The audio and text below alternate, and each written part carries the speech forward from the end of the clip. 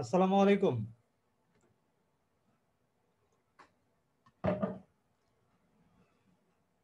Hello, আসসালামু আলাইকুম।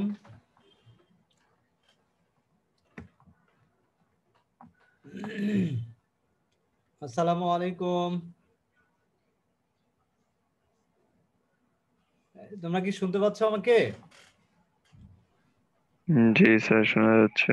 আচ্ছা, আমি তো এতক্ষণ ধরে জয়েন করেছিলাম, কিন্তু তোমাদের পাচ্ছিলাম না কেন বুঝলাম না। তোমরা কি সবাই এখন জয়েন করলে? না স্যার, আমরাও বসে আছিলাম ইয়াতেই, কিন্তু স্টার্টই হয় নাই। কি বলো, আমি বুঝতেছি না তো। আমি ওই যে তাহলে কি দুই জায়গা দুই রকম আইডি দেওয়া হয়ে গেল? তোমরা কি ফেসবুক থেকে ঢুকছো? স্যার সালাম আলাইকুম। না ওয়ালাইকুম আসসালাম। স্যার, আমি তো ওই আমরা যে ইয়া আইডি পাসওয়ার্ড দিয়ে ঢুকছি। স্যার আমি স্যার ফেসবুকে স্যার যে গ্রুপ গ্রুপ আছে না, গ্রুপের লিংক থেকে ঢুকছি স্যার। হ্যাঁ বুঝছি, আমিও তো মাত্র স্যার এটা ঢুকতে হচ্ছে অনেক সময় লাগতেছে। না বুঝছি। আমিও ফেসবুকের আইডি থেকে মাত্র ঢুকলাম, কিন্তু এতক্ষণ আমি আমার কলেজের যে আইডিটাতে আমি ইয়ে করি, কলেজের যে ইয়েটা ওয়েবসাইট, সেখানে আমরা ইয়ে করছিলাম, কিন্তু সেখানে এতক্ষণ ধরে কোনো স্টুডেন্টকে আমি অ্যাটেন্ড পাচ্ছি না। তা আমি বুঝলাম না সেখানে কি দুই রকম ইয়ে দেওয়া হয়ে গেল কিনা, এটা বুঝতে পারছি না। আচ্ছা, জায়গাটা পরে তাহলে মিলাই দেখবো আর কি। তো ঠিক ওকে আছে স্যার। ডিয়ার স্টুডেন্ট, এই কারণে লেট হয়ে গেল। আমি ওখানে ইয়ে করে বসে আছি, কিন্তু একজন স্টুডেন্টও নাই। আমি বুঝতেছি না যে ওখানে দুই রকম, দুই জায়গা দুই ধরনের আইডি চলে গেল কেন। এটা কি কি কারণে মিস্টেক হলো, আমি এটাও তো বুঝতেছি না। কেন ওইখানে তো আমি লাইভ ইয়ে করে রাখছি, এবং সেখানে ঢুকে আমি বসে আছি। আমি দুইবার করে রেকর্ডিং বন্ধ করে বসে আছি যে ঢুকতেছে না, ঘটনা কি। দুইবার, একবার বন্ধ করে আবার দিলাম, তাতেও দেখি একই অবস্থা। কেন এরকম হলো কি জানি, বুঝতেছি না। টেকনিক্যাল কোনো প্রবলেমের কারণে কিনা। এনিহাও পরে এসে ফাইনালি এসে আমি এই ফেসবুকের আইডি থেকে ডাইরেক্ট ঢুকলাম আর কি। ওকে, তো ঠিক আছে, আমরা ইয়ে করি। তোমরা চ্যাট বক্সে তোমাদের নাম এবং রোলটা লিখে ফেলো। আর আমরা আজকের ক্লাসের যে বিষয়গুলো আছে সেগুলো তোমাদের সাথে শেয়ার করি। ওকে, তোমরা স্ক্রিন কি দেখতে পাচ্ছ? Yes sir. Okay fine. আচ্ছা, তো ঠিক আছে ডিয়ার স্টুডেন্ট, আমরা আজকে মূলত আমাদের নবম ক্লাসের কার্যক্রম শুরু করতে যাচ্ছি। তো আজকে এই ক্লাসে তোমাদের সবাইকে স্বাগত জানাচ্ছি। সাথে আছি আমি Mohammad Badsha Alamgir, associate professor, department of marketing, Dhaka city college. তো ডিয়ার স্টুডেন্ট, আমরা মূলত আজকে চতুর্থ অধ্যায় নিয়ে আলোচনা করছিলাম, তাই না? চতুর্থ অধ্যায়ের তৃতীয় ক্লাস নিয়ে মূলত আজকে আমরা আলোচনা করব। তো আজকের ক্লাসে যে টপিকগুলো আছে সেগুলোর মধ্যে প্রথম টপিকটা হচ্ছে দ্বৈত গণনার সমস্যা, ডাবল কাউন্টিং প্রবলেমস। আরেকটা হচ্ছে জাতীয় আয় পরিমাপের গুরুত্ব, এবং জাতীয় আয় পরিমাপের বিভিন্ন ধরনের সমস্যা। বেসিক্যালি এই তিনটা টপিক নিয়ে মূলত আজকের আলোচনা টোটাল। ওকে, তো আমরা শুরুতেই যেটা নিয়ে আলোচনা করব সেটা হচ্ছে দ্বৈত গণনার সমস্যা বলতে বেসিক্যালি আমরা কি বুঝি। হ্যাঁ, প্রবলেম অফ ডাবল কাউন্টিং। হ্যাঁ, ডাবল কাউন্টিং বলতে আমরা বেসিক্যালি কি বুঝি সেটা আমরা এখন শেখার চেষ্টা করব।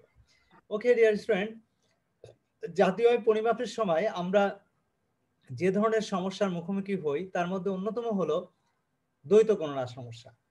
এখন কোশ্চেন হচ্ছে এই দ্বৈত গণনার সমস্যাটা আসলে বেসিক্যালি কি, এটা আমাদেরকে একটু বুঝতে হবে। অর্থাৎ একই জিনিসের মূল্য যখন ডাবল ভাবে কাউন্টিং হয়ে যায়, হ্যাঁ, এটাই বেসিক্যালি দ্বৈত গণনার সমস্যা। অর্থাৎ কিভাবে ডাবল ভাবে কাউন্টিং হয়ে যায় সেটা আমরা একটু শিখবো। দেখো একটু খেয়াল করে, তোমার গম তো আমরা সবাই চিনি। গমটা যখন আমরা ক্ষেত থেকে উঠানোর পর যখন আমরা ফাইনালি গম হিসেবে যেটা আমরা পাই, সেই গমটা যখন আমরা বাজারে বিক্রি করি তখন হয়তো প্রতি কেজি গমের মূল্য হচ্ছে 20 টাকা। গম থেকে যখন আমরা আটা তৈরি করি, আটাতে কনভার্ট করি, তখন হয়তো দেখা গেল প্রতি কেজি আটার দাম হচ্ছে 25 টাকা। দেন ওই পরিমাণ আটা দিয়ে যখন আমরা সেটাকে রুটিতে কনভার্ট করি, তখন সেই রুটির দাম হচ্ছে 30 টাকা। এখন একটু খেয়াল করো, প্রতিটি স্টেজে কিন্তু আমরা কি হয়েছে যে গমের দাম থেকে আটার দাম থেকে রুটির দাম কিছুটা হলো বৃদ্ধি পেয়েছে। তো এখন আমরা এটা স্বাভাবিক কারণে, তাহলে রুটির দাম যখন আমরা হিসাব করব তখন কত টাকা ধরবো? 30 টাকা। কিন্তু এই 30 টাকার মধ্যেই কিন্তু গমের মূল্যও আছে, আবার আটার মূল্যও কিন্তু ইনক্লুডেড। কারণ এই সেম পরিমাণ গম থেকেই কিন্তু আটা হয়েছে, আটা থেকে রুটি হয়েছে। তো আলটিমেটলি এখানে আমাদের মূল্য 30 টাকা ধরলেই কিন্তু ওই পরিমাণ গমের মূল্য ওই পরিমাণ আটার মূল্য কিন্তু ধরা হয়ে যাচ্ছে, কারণ এর মধ্যেই কিন্তু গমের মূল্য এবং আটার মূল্য আছে। কিন্তু আমরা সেটা না করে অনেক সময় যে কাজটা আমরা করে থাকি সেটা হচ্ছে গমের মূল্য আলাদাভাবে ধরি, আটার মূল্য আলাদাভাবে ধরি, এবং চূড়ান্ত দ্রব্য হিসেবে আমরা যেটা রুটি পাচ্ছি সেই রুটির মূল্য কিন্তু আমরা আলাদাভাবে ধরি। এর ফলে যেটা প্রবলেম হয় যে ওই যে দেখো এই যে রুটিটা আমরা পাচ্ছি, তাই না, এই রুটিটা পাচ্ছি। স্যার হ্যাঁ স্যার এটা ডিস্টার্ব করলাম স্যার। স্যার এটা স্যার এটা ক্রমযোজিত গণসংখ্যার মতন স্যার, তাই না স্যার? কিছুটা স্যার সরি বুঝি মনে নাই করেন কি? স্যার মানে স্যার যে ক্রমযোজিত যে গণসংখ্যা আছে না স্যার, ওইরকম স্যার। মনে করেন স্যার যে প্রাথমিক দ্রব্য 20 টাকা, হ্যাঁ কিন্তু হ্যাঁ মাধ্যমিক দ্রব্য স্যার আমার স্যার 25 টাকা, সেই 20 টাকার সাথে মানে 25 টাকা যোগে স্যার 45 টাকা, এবং চূড়ান্ত দ্রব্য স্যার 30 টাকা, 30 টাকার সাথে 45 টাকা যোগ করে 75 টাকা। এই হলো দ্বৈত হিসাব। এক্স্যাক্টলি এই যে তুমি বুঝতে পারছো পুরো বিষয়টা। তার মানে হচ্ছে যে একই জিনিসের দাম তাহলে কি হয়ে যাচ্ছে, দুইবার ধরা হয়ে যাচ্ছে। জিনিসটা বুঝতে পারছো? তার মানে মূল বিষয়টা হচ্ছে যে আমরা এই যে গমের মূল্য যে 20 টাকা, দেখো ওইটা যখন আমরা আটা হিসাব করছি তখন দেখা গেল ওই গমের মূল্যটাও কিন্তু কাউন্ট হয়ে ওইটার মূল্য দাঁড়াচ্ছে কত, 45 টাকা। আবার যখন আমরা রুটির দাম 30 টাকা হচ্ছে, তখন এই 45 টাকার সাথে 30 টাকা যোগ করে হয়ে যাচ্ছে কত, 75 টাকা। তো এখন কোশ্চেন হচ্ছে যে এই 75 টাকার মধ্যে কিন্তু দেখো গমের মূল্য আছে, আটার মূল্য আছে, আবার রুটির মূল্য আছে, তিনটা মূল্য মিলেই কিন্তু কত, 75 টাকা। কিন্তু আমার কোশ্চেন হচ্ছে, একটু মনোযোগ দিয়ে তোমরা একটু বোঝার চেষ্টা করো, যে এখানে এই যে 75 টাকা আমরা হিসাব করলাম, এই 75 টাকার মধ্যে বেসিক্যালি যেটা হচ্ছে সেটা হচ্ছে কি, সেটা হচ্ছে যে এর মধ্যে তোমার কি আছে, গমের মূল্য আছে, এর মধ্যে হচ্ছে আটার মূল্য আছে, আবার রুটির মূল্য আছে। তো তার মানে দাঁড়াচ্ছে জিনিসটা কি, যে সেম পরিমাণ গম, ওই গমটা থেকেই তো আমরা রুটি তৈরি করছি আলটিমেটলি, কারণ সেটা গমটাকে আমরা প্রসেস করে আটা রূপান্তর করছি, আটা প্রসেস করে আমরা রুটিতে কনভার্ট করছি। তো কোশ্চেন হচ্ছে এই রুটির মূল্য যেটা দাঁড়াচ্ছে 30 টাকা, তার মূল্যেই কিন্তু ওই 20 টাকাও আছে, 25 টাকাও আছে। তার মানে কি ওইটার ওই ভ্যালুটাই কিন্তু জাস্ট 5 টাকা করে বা 5 টাকা করে বৃদ্ধি পেয়েছে। তো এখন 30 টাকার যে রুটি, সেই রুটির মধ্যে কিন্তু গমের মূল্য আছে, আবার আটার মূল্যটা ইনক্লুডেড, কারণ ওই পরিমাণ গম বা ওই পরিমাণ আটা থেকেই কিন্তু রুটি হচ্ছে আলটিমেটলি। ক্লিয়ার? তো সে কারণে আমরা যে জিনিসটা ইয়ে করি, এটা যদি 30 টাকা ধরতাম তাহলে এটা এক্সাক্ট ইয়েটা হতো, তাহলে এটা ডাবল কাউন্টিং এর প্রবলেম থাকতো না। কিন্তু আমরা সেটা না করে আমরা কি করি, গমের মূল্য কত টাকা, কি পরিমাণ গম উৎপাদন হয়েছে সেটার মূল্যটা আমরা কাউন্ট করি, আবার দেখা গেল যে সেটা কি পরিমাণ আটা তৈরি হচ্ছে সেটার মূল্য আমরা আলাদাভাবে ধরি, আবার রুটি কি পরিমাণ উৎপাদন হচ্ছে সেটার মূল্য আলাদাভাবে ধরি। এর ফলে কি হচ্ছে, প্রতিটা জিনিসের দাম ডাবল করে ধরা হয়ে যাচ্ছে। তো এটাই বেসিক্যালি হচ্ছে ডাবল কাউন্টিং প্রবলেম।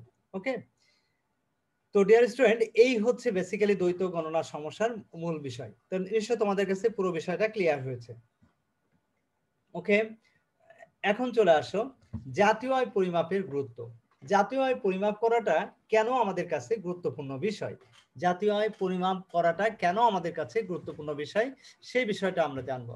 আচ্ছা, তোমরা যারা পরে জয়েন করছো তারা অ্যাটেন্ডেন্সটা দিয়ে দিও, নাম এবং রোলটা লিখলেই হবে, জাস্ট নাম এবং রোল। হ্যাঁ, কেউ ডাবল লেখার দরকার নেই, যদি কেউ এখনো না দিয়ে থাকো তাহলে দিয়ে ফেলো এটা। ওকে, তো যেটা বলছিলাম আমরা জাতীয় আয় পরিমাপের গুরুত্ব। তো ডিয়ার স্টুডেন্ট, জাতীয় আয় পরিমাপের গুরুত্বের ক্ষেত্রে যে বিষয়টা আমরা বুঝলাম সেটা হচ্ছে অর্থনৈতিক দেখো নীতি নির্ধারণ।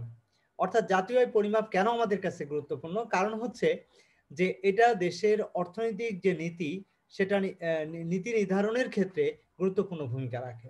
কিভাবে গুরুত্বপূর্ণ ভূমিকা রাখে দেখো, ইকোনমিক যে পলিসি আমরা তৈরি করি, প্রত্যেকটা দেশের সরকার সে দেশের ইকোনমিক পলিসি নির্ধারণ করে। হ্যাঁ, সে দেশের কার্যক্রম পরবর্তী 1 বছরে তোমার যে সমস্ত মানে কার্যক্রম গ্রহণ করা হবে সেটা কিভাবে করা হবে সে সংক্রান্ত একটা নীতিমালা প্রণয়ন করে থাকে। আর সেই নীতিমালা প্রণয়ন করার সময় অবশ্যই তারা কি করে, এই জাতীয় আয় অর্থাৎ সে দেশের যে জিএনপি সেটাকে কিন্তু তারা কনসিডার করে থাকে। তো এই কারণেই আমাদের জাতীয় আয় পরিমাপ করা খুবই গুরুত্বপূর্ণ একটা বিষয়। দেন অর্থনৈতিক পরিকল্পনা, ইকোনমিক প্ল্যানিং। অর্থনৈতিক পরিকল্পনা বলতে আমরা কি বুঝি দেখো, অর্থনৈতিক পরিকল্পনা হচ্ছে যে যখন আমরা যে কোনো দেশের সরকার যখন আগামী 1 বছরে কিভাবে তাদের কার্যক্রম পরিচালনা করবে, কোন কোন ক্ষেত্রে কি পরিমাণ অর্থ ব্যয় করবে, তারপরে দেখা গেল যে কোন কোন সেক্টরে বেশি বিনিয়োগ করা দরকার, কোন কোন সেক্টরে কম বিনিয়োগ করা দরকার, এই সংক্রান্ত বিষয়গুলো বেসিক্যালি কনসিডার করে থাকে। আর এটাকে আমরা বলছি তোমার অর্থনৈতিক পরিকল্পনা, অর্থাৎ সেটার একটা আগে থেকে পূর্ব থেকেই সেটা সম্পর্কে একটা চিন্তা ভাবনা করে থাকে। হ্যাঁ, যে কিভাবে এটা করলে সুন্দর হবে, কিভাবে কোন খাতে কি পরিমাণ অর্থ ব্যয় করা যায়, এই টোটাল বিষয়টাকে নিয়ে আগে থেকে একটা প্ল্যান করে থাকে। দ্যাট ইজ ইকোনমিক প্ল্যানিং, অর্থাৎ অর্থনৈতিক পরিকল্পনা। দেন অর্থনৈতিক কাঠামো, ইকোনমিক ইনফ্রাস্ট্রাকচার। অর্থনৈতিক কাঠামো বলতে আমরা কি বুঝি? দেখো, প্রত্যেকটা দেশের সরকার যখন সে দেশের অর্থনৈতিক কাঠামো বলতে বোঝায় যে অর্থনৈতিক অবস্থা ভালো না খারাপ, মন্দ, কি অবস্থা আছে, এই জিনিসটা যখন আমরা বুঝতে চাই, বোঝার বিষয়টা যখন চলে আসে, যখন জনগণের সামনে সেটা উপস্থাপন করার একটা বিষয় চলে আসে, তখন অথবা দেখা যাচ্ছে যে দেশের যে অবকাঠামোগত যে উন্নয়ন, সেই উন্নয়নগুলো আসলে কিভাবে করা হচ্ছে, এই টোটাল বিষয়টাকে যখন একটা নির্দিষ্ট শখের মাধ্যমে বা সিনারি হিসেবে সেটা যখন আমরা উপস্থাপন করতে চাই, তখন কিন্তু আমাদেরকে অবশ্যই জিএনপির বিষয়টা কনসিডার করতে হবে। কারণ জিএনপির উপর ভিত্তি করেই কিন্তু এই ধরনের অর্থনৈতিক কাঠামো গড়ে তোলা হয়ে থাকে। ওকে, এই কারণে আমাদের অর্থনৈতিক জাতীয় আয় পরিমাপ করা গুরুত্বপূর্ণ বিষয় যখন আমরা অর্থনৈতিক কাঠামো আমরা গড়ে তুলতে চাইব। দেন মুদ্রাস্ফীতির অবস্থা। মুদ্রাস্ফীতির অবস্থা, নিশ্চয় মুদ্রাস্ফীতির বিষয়টা তোমাদের কাছে স্পষ্ট।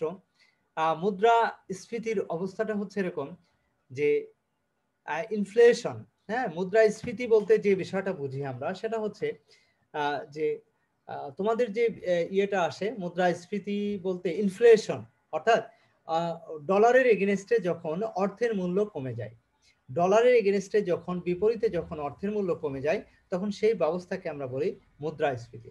এখন এই মুদ্রাস্ফীতির ফলে যে ঘটনাটা ঘটে সেটা হচ্ছে তোমার এই অর্থের মূল্য যখন কমে যাচ্ছে, ভ্যালু যখন কমে যায়, তখন দেখা গেল যে ডলারের এগেনস্টে অনেক টাকা, অনেক অর্থ আমাদেরকে ব্যয় করতে হয়।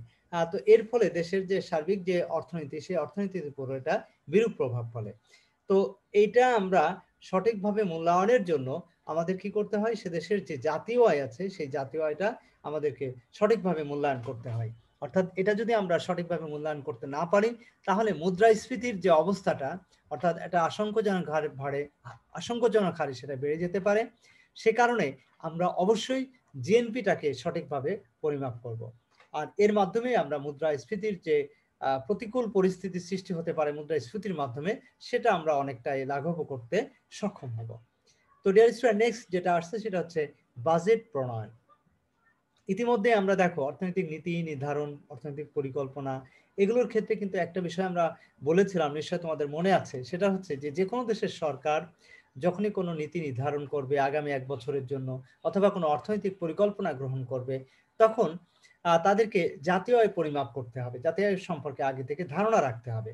তো ঠিক একইভাবে দেশের সরকার যখন বাজেট প্রণয়ন করতে চায়, নিশ্চয় তোমাদের মনে আছে যে সাধারণত প্রতিটি দেশের সরকার নেক্সট ইয়ারে কিভাবে তাদের অর্থনৈতিক পরিকল্পনা বা কোন খাতে কি পরিমাণ অর্থ ব্যয় করবে, কোন কোন খাত থেকে কি পরিমাণ অর্থ আয় হবে, সে সম্পর্কিত একটা পূর্বানুমান করে থাকে।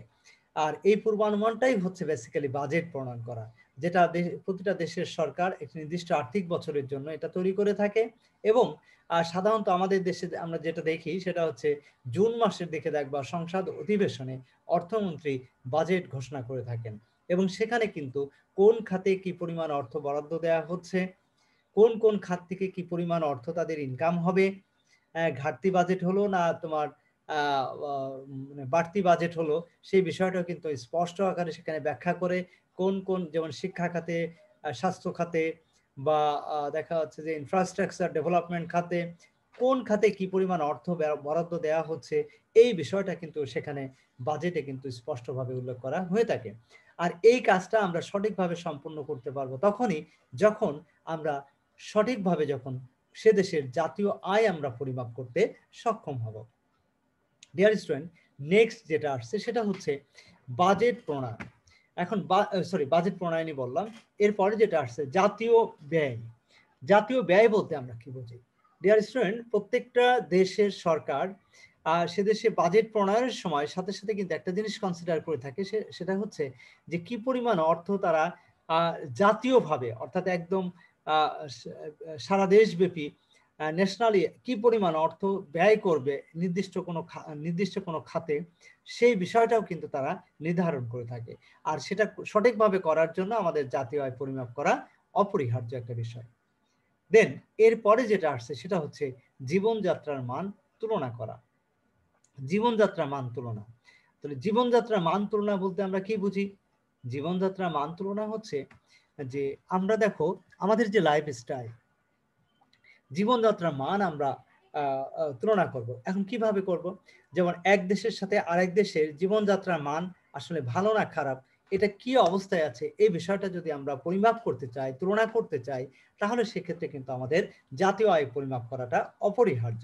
যেমন ধরো আমরা ভারতের সাথে বাংলাদেশের অথবা বাংলাদেশের সাথে নেপালের, বাংলাদেশের সাথে বার্মার, আমাদের পার্শ্ববর্তী যে দেশগুলো আছে, এই দেশগুলোর যে জীবনযাত্রার মান আর আমাদের দেশের জীবনযাত্রার মানের মধ্যে আসলে কোনো পার্থক্য আছে কিনা, এটা যদি আমরা কম্পেয়ার করতে চাই, তুলনা করতে চাই, তাহলে এটা কিন্তু আমাদের সে দেশের কি করতে হবে, সংশ্লিষ্ট দেশের যে জিএনপি সেটা কিন্তু আমাদের মেজার করতে হবে সঠিকভাবে।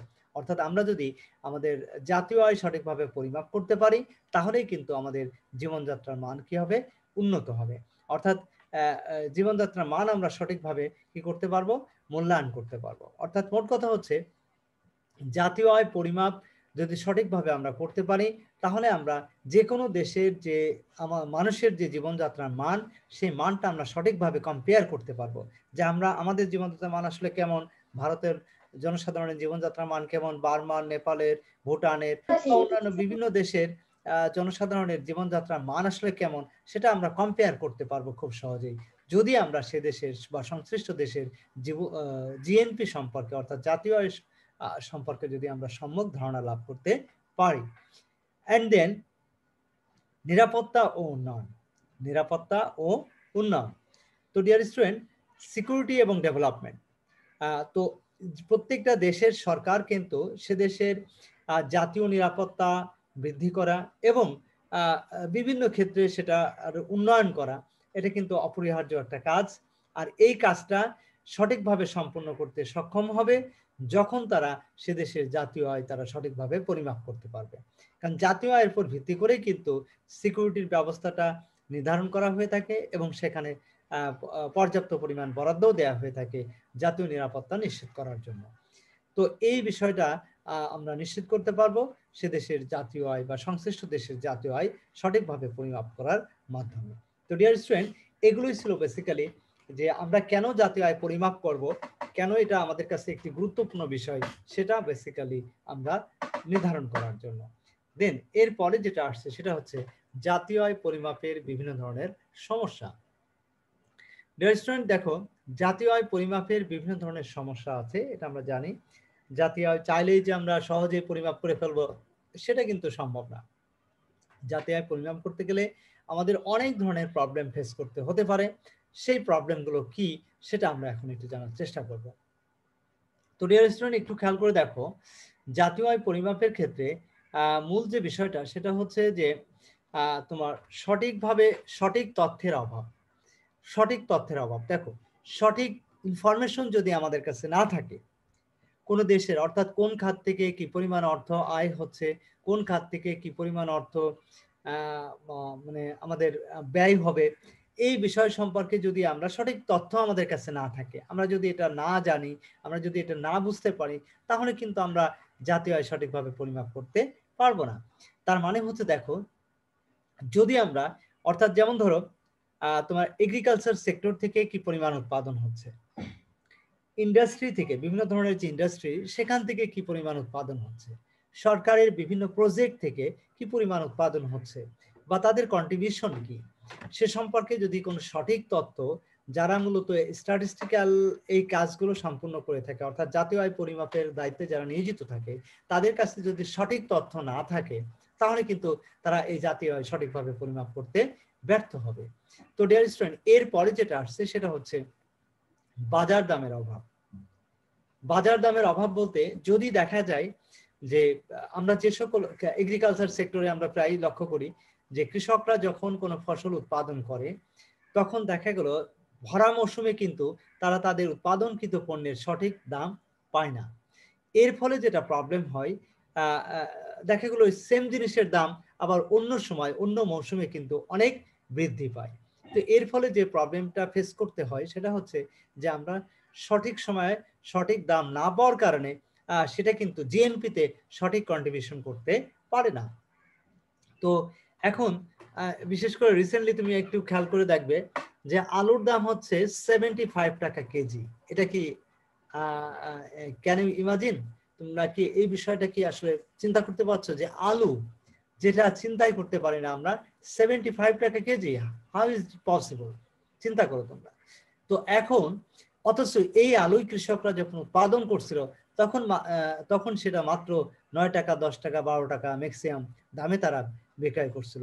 এটা লাস্ট ইয়ারের কথা বলছি। এটা এই বছরে গিয়ে কৃষকরা কিন্তু এই যে বীজ কিন্তু অনেক ওই যে বন্যা বা অনেক বিভিন্ন প্রবলেমের কারণে আসলে বেসিক্যালি এটা স্বল্পতার কারণে, আর বাংলাদেশের আরেকটা প্রবলেমও আছে যে আসলে ব্যবসায়িক মহল আসলে এটা ইচ্ছাকৃতভাবে বিভিন্ন সময় কারসাজি করে দাম বাড়িয়ে দেয়। এটা তো একটা নতুন ঘটনা না, এটা একটা স্বাভাবিক ঘটনা। তো সে কারণেই হোক আর যে কারণেই হোক যে আমাদের বর্তমানে এটা 10 টাকা দামের 1 কেজির আলু সেটা আমাদের এখন 75 টাকায় কিনতে হচ্ছে, যেটা আসলে কল্পনাতীত একটা বিষয়, যেটা কখনোই এটা ঘটে নাই। এটা নজিরবিহীন ঘটনা। কারণ সর্বোচ্চ 20 টাকা 25 টাকা সর্বোচ্চ 30 টাকা হতে পারে, যেটা অ্যাকসেপ্টেবল। বাট সেটা যখন 60 টাকা, সেটা যখন 65 75 টাকা যখন প্রাইস হয় সেটা আসলে আনবিলিভেবল বিষয়। কারণ এটা হচ্ছে এটা নজিরবিহীন, এটা কখনোই ঘটে নাই, এর আগে আমরা কখনোই এটা দেখি নাই।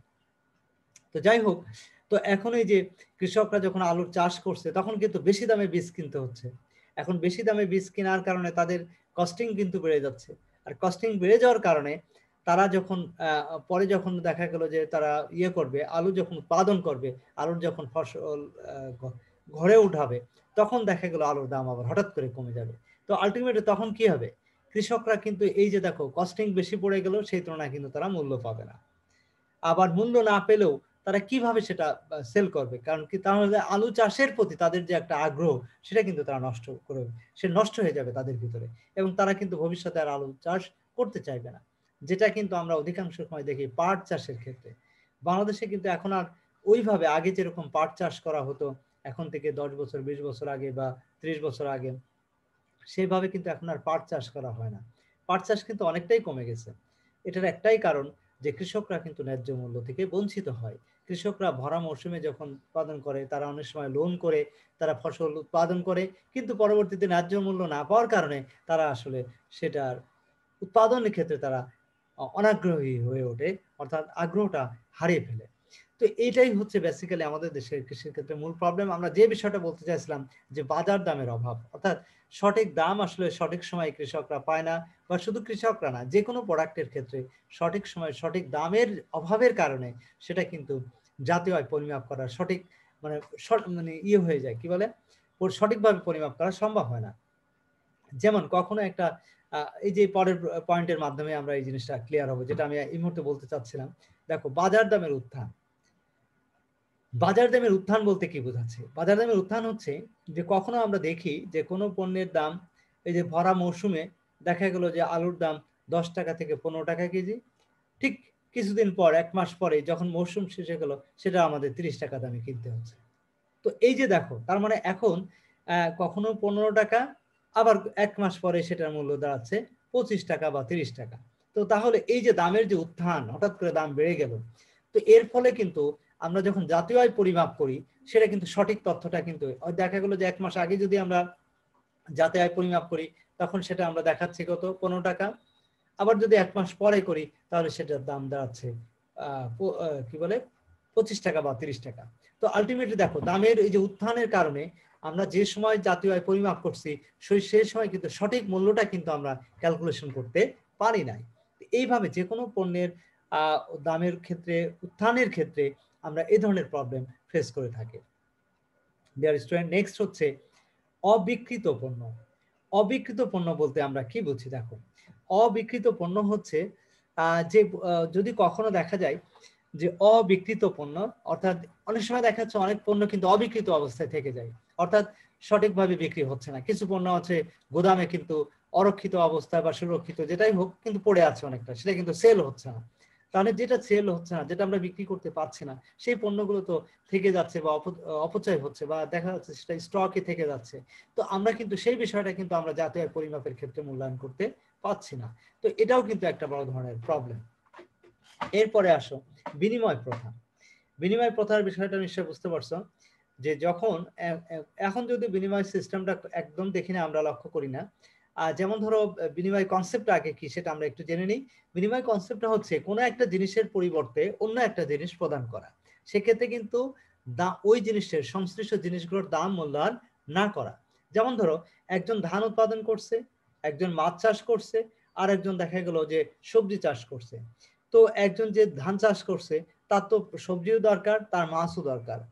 তো এখন সে কি করছে, ধানের এগেনস্টে সে মাছ নিয়ে নিচ্ছে, ধানের এগেনস্টে সে সবজি ক্রয় করছে। আবার একজন যে সবজি চাষ করছে সে তার সবজির বিপরীতে ধান কিনছে অথবা মাছ কিনছে। তো এইভাবে এখানে কিন্তু টাকার পরিমাণ মূল্যায়ন করা হচ্ছে না, অর্থাৎ অর্থ দ্বারা তারা মাছ বা ধান বা চাল অথবা তোমার যে সবজি, এটা কিন্তু মূল্যায়ন হচ্ছে না। এইটা এই ধরনের সিস্টেমটাকে বলি আমরা বিনিময় প্রথা, অর্থাৎ বার্টার সিস্টেম, যেটা কিন্তু আদিমকালে এভাবেই কিন্তু লেনদেনের যে স্টার্টিংটা সেটা কিন্তু এইভাবেই শুরু হয়, বার্টার সিস্টেমের মাধ্যমে। হ্যাঁ, তারপর থেকেই মূলত তারা পরবর্তীতে এই বিষয়টা যখন অর্থ উৎপাদন হয়, অর্থ দ্বারা সেটা মূল্যায়ন করা শেখে, তারপর থেকেই বেসিক্যালি আমাদের এই যে ট্রানজ্যাকশনের কনসেপ্টটা চলে আসে। তো মূল বিষয়টা হচ্ছে যে এই বিনিময় প্রথা আর কারণে দেখা গেল যে সঠিকভাবে কিন্তু মূল্য নির্ধারণ করা সম্ভব হয় না। কারণ 1 কেজি ধানের দাম আর 1 কেজি মাছের দাম অথবা 1 কেজি সবজির দাম তো আসলে একরকম হবে না।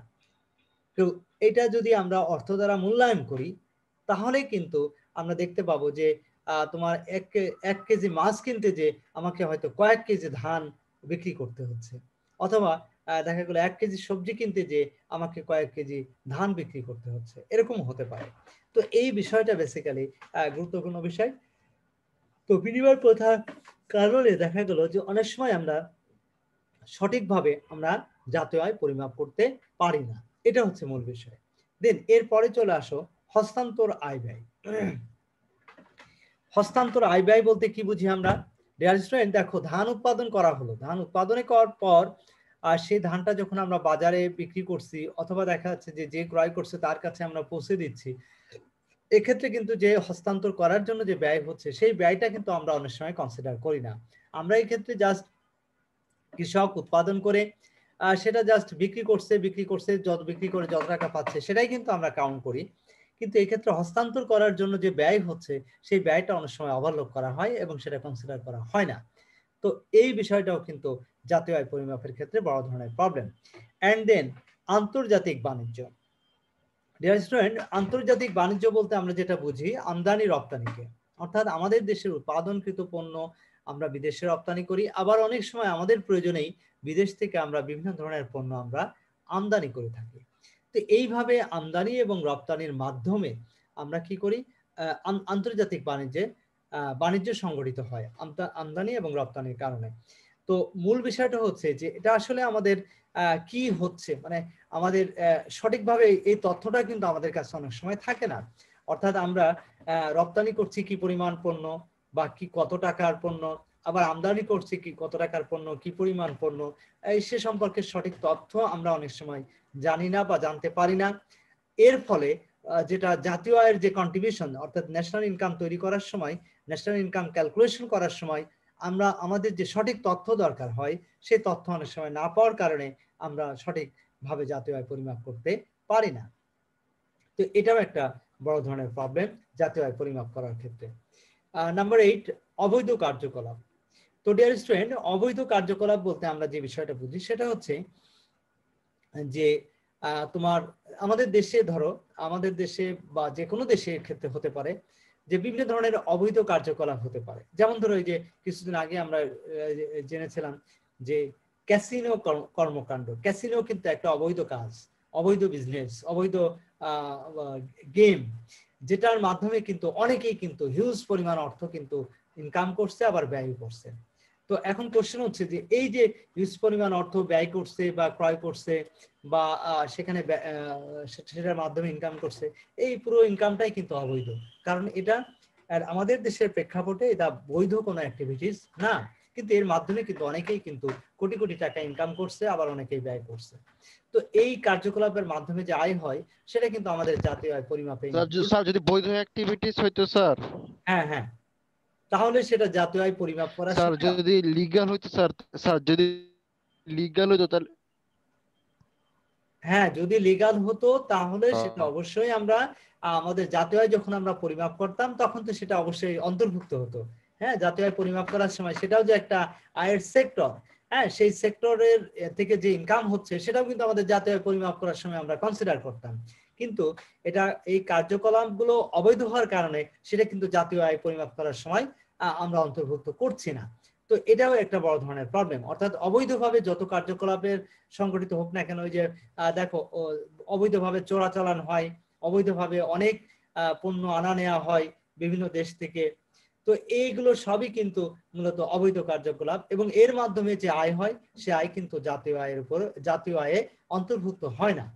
তো এটাই হচ্ছে একটা বড় ধরনের প্রবলেম। নেক্সট হচ্ছে নাম্বার 9, দ্বৈত গণনা সমস্যা। দ্বৈত গণনা সমস্যার ক্ষেত্রে আমরা যে বিষয়টা বুঝি সেটা হচ্ছে যে আমরা অনেক সময় দেখি যে এই আমরা দ্বৈত গণনার প্রবলেমটা তো অবশ্যই বলেছি তোমাদেরকে, একই পণ্যের দাম আমরা ডাবল ভাবে কাউন্ট করে ফেলি। অর্থাৎ কখনো যেমন গমের দামটা আমরা গম যখন উৎপাদন হচ্ছে তখন যেমন গম হিসাব করছি, আবার এই গম থেকেই কিন্তু আটা তৈরি হচ্ছে, আবার রুটিও তৈরি হচ্ছে বা অন্যান্য বিভিন্ন ধরনের আইটেম তৈরি হচ্ছে।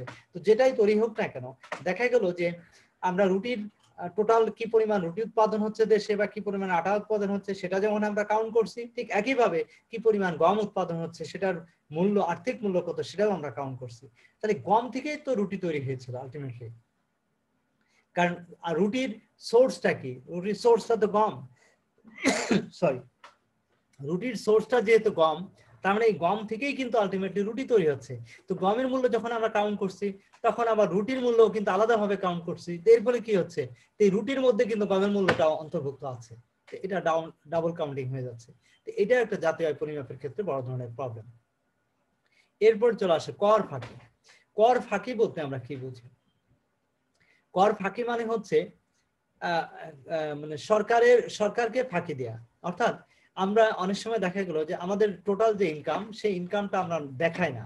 হ্যাঁ, আমরা বিভিন্ন সময় গোপন করি, তথ্য গোপন করি, এর মাধ্যমে সরকারকে আমরা ট্যাক্স ফাঁকি দিয়ে থাকি। আরেকটা আছে কিন্তু কর এড়িয়ে চলা। কর ফাঁকি আর একটা হচ্ছে কর এড়িয়ে চলা। এড়িয়ে চলা বলতে আমরা কি বুঝি? এড়িয়ে চলাটা হচ্ছে কৌশলে সেটা অ্যাভয়েড করা। কিন্তু এই কৌশলে অ্যাভয়েড করা যেটাকে আমরা বলি অ্যাভয়েড, মানে এড়িয়ে চলা। একটা হচ্ছে ফাঁকি আর একটা হচ্ছে এড়িয়ে চলা, দুটো আলাদা জিনিস। ফাঁকিটা কিন্তু অবৈধ আর এড়িয়ে চলাটা কিন্তু অবৈধ না। সেটা কিভাবে, সেটা একটু উদাহরণ দিলে তোমরা ক্লিয়ার হয়ে যাবে। যেমন ধরো তোমার যে সম্পদ আছে সেই সম্পদের একটা নির্দিষ্ট অংশ তোমরা তোমাদের স্ত্রীর নামে অথবা সন্তানের নামে তোমরা সেটা আলাদাভাবে করে রাখলে। ধরো তোমার বাবার কথা বলি, তোমার বাবার যে ইনকাম করে সেই ইনকামের একটা নির্দিষ্ট অংশ দিয়ে সে কি করছে, একটা বাড়ি কিনছে। সেই বাড়িটা দেখা গেল যে নিজের নামে না করে সে দেখা গেল তোমার মায়ের নামে করছে অথবা তোমাদের নামে এটা করছে। তো এর ফলে কি হলো, ওই সম্পদটা কিন্তু আর তখন তোমার বাবার থাকলো না। তো উনি যখন এটা দেখাবে, টোটাল যখন দেখা গেল যে ট্যাক্স যখন দিবে, তখন কিন্তু সেই বাড়ি থেকে তার যে ইনকাম হচ্ছে সেই ইনকামটা কিন্তু তার আয় আর দেখাবে না বা দেখাতে পারবে না, কারণ যেহেতু বাড়িটা হচ্ছে তোমার মায়ের নামে। তো এক্ষেত্রে কি করলো, সে কিন্তু ট্যাক্সটাকে এড়িয়ে চলার জন্য, এটা কিন্তু অবৈধ না, এটা কিন্তু বৈধ একটা কাজ। সে কারণে দেখবা আমরা দেখি আমাদের দেশে যারা অবৈধভাবে অনেক অর্থ ইনকাম করে তাদের দেখবা তাদের নিজের সম্পদের চেয়ে স্ত্রীর সন্তানদের অনেক বেশি সম্পদ থাকে। কি কারণে সম্পদ বেশি থাকে? কারণ হচ্ছে একটাই, কারণ তারা কর ফাঁকি দিতে চায় সরকারকে।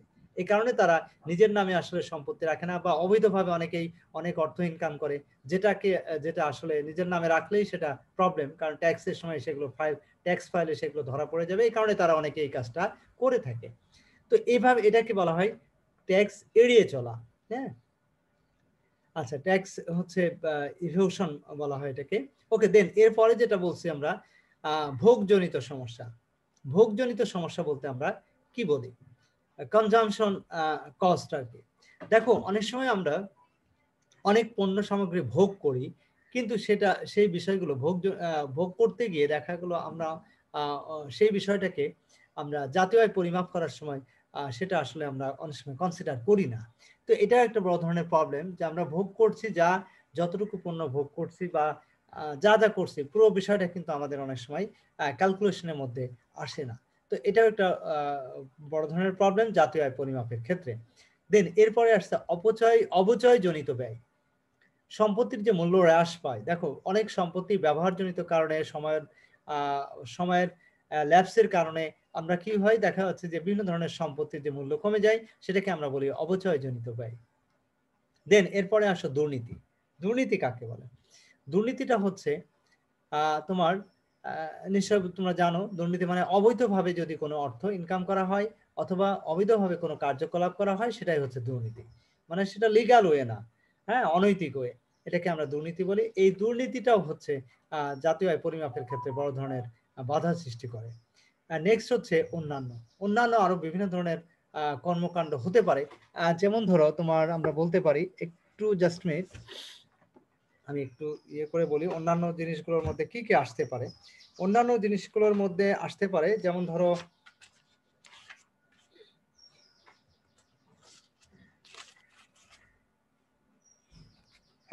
ওই যে অদক্ষতা, হ্যাঁ, গণনাকারীদের অদক্ষতা।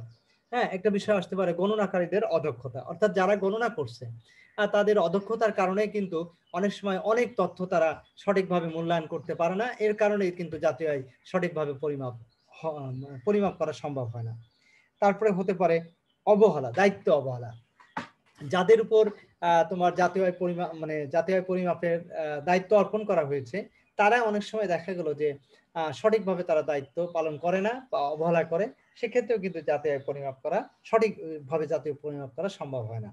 দেন এরপরে হতে পারে তথ্য গোপনের প্রবণতা।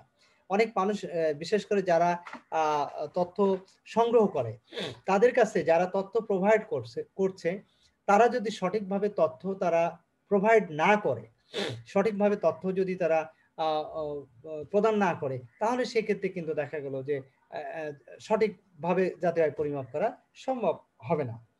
এরপরে হতে পারে যেমন পেশাগত বিশেষীকরণের অভাব, অর্থাৎ বিভিন্ন পেশায় মানুষ যারা নিয়োজিত থাকে তাদের অনেক সময় পেশাগত যে ইয়েটা কি বলে বিশেষীকরণ, স্পেশালাইজেশন, অর্থাৎ যদি যেমন একজন ডক্টর, সে যদি ডাক্তারের প্র্যাকটিসই করে তাহলে কিন্তু সে সেখানে স্পেশালাইজড হয়ে যাবে। একজন দেখা যাচ্ছে যে গার্মেন্টসে কাজ করে, সে কিন্তু তার গার্মেন্টসের কাজ করতে গিয়ে সে স্পেশালাইজড হয়ে যাচ্ছে। তো এখন একজন কৃষক তার কৃষি কাজ করতে করতে সে স্পেশালাইজড হয়ে যাচ্ছে। তো এই স্পেশালাইজেশনের অভাবটা কিন্তু যদি লক্ষ্য করি আমরা, তাহলে এটা যদি প্রবণতা বৃদ্ধি পায়, তাহলে সেক্ষেত্রে কিন্তু উৎপাদন ব্যাহত হবে, যেটা কিন্তু জাতীয় আয় পরিমাপের ক্ষেত্রে আমরা বিরূপ প্রভাব লক্ষ্য করব। তো এই সমস্ত বিষয়গুলোর কারণে সাধারণত সঠিকভাবে জাতীয় আয় পরিমাপ করা সম্ভব হয় না। তো ডিয়ার স্টুডেন্ট, এগুলোই ছিল বেসিক্যালি আমাদের মূল আলোচনা। আর এগুলোর কারণেই সাধারণত জাতীয় আয় পরিমাপ করা অনেক সময় প্রবলেম হয়ে যায়। তো যাই হোক, তো এই ছিল মোটামুটি আমাদের আজকের মূল আলোচনা। তো ডিয়ার স্টুডেন্ট, তোমাদের কারো কোনো প্রবলেম থাকলে বলতে পারো, আমরা সেগুলো নিয়ে আলোচনা করব। খুব বেশি সময় নাই, 1 মিনিট মতো সময় আছে। আমরা এই 1 মিনিট সময়ের মধ্যে যতটুকু পারি আমরা তোমাদের কোশ্চেনের আনসার দেওয়ার চেষ্টা করব। তোমাদের কারো কোনো কোশ্চেন আছে?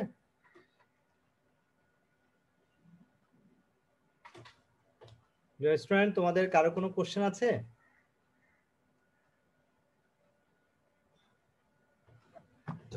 না স্যার, কোশ্চেন নেই স্যার। কোশ্চেন নাই না? আচ্ছা, ঠিক আছে তাহলে। স্যার হ্যাঁ হ্যাঁ, বলেন। স্যার অবচয়, স্যার একটু বুঝে দিন স্যার। অবচয়জনিত অবচয় জনিত প্রবলেম, অবচয়জনিত। তাই তো? আচ্ছা, ওকে। আচ্ছা, অবচয়ের মূল বিষয়টা হচ্ছে যে আমরা যে বিভিন্ন ধরনের সম্পত্তি ব্যবহার করি, তাই না? তো এই সম্পত্তি ব্যবহারজনিত কারণে দেখা যাচ্ছে এটার মূল্য কমে যায়। যেমন ধরো একটা সম্পত্তি, আমি কিছু ফার্নিচার, একটা ব্যবসায়ের জন্য ফার্নিচার ক্রয় করলাম 5 লক্ষ টাকা দিয়ে। এখন আমি 1 বছর সেটা ব্যবহার করলাম, ব্যবহার করার কারণে দেখা গেলো ওইটা যদি আমি 1 বছর পরে বিক্রি করতে যাই, তাহলে দেখা গেলো সেটার মূল্য 5 লক্ষ টাকা দিয়ে কিনেছিলাম, এখন সেটা হয়তো 3 লক্ষ টাকায় বিক্রি করতে হচ্ছে বা 4 লক্ষ টাকায় বিক্রি করতে হচ্ছে। তো এই যে 1 বছর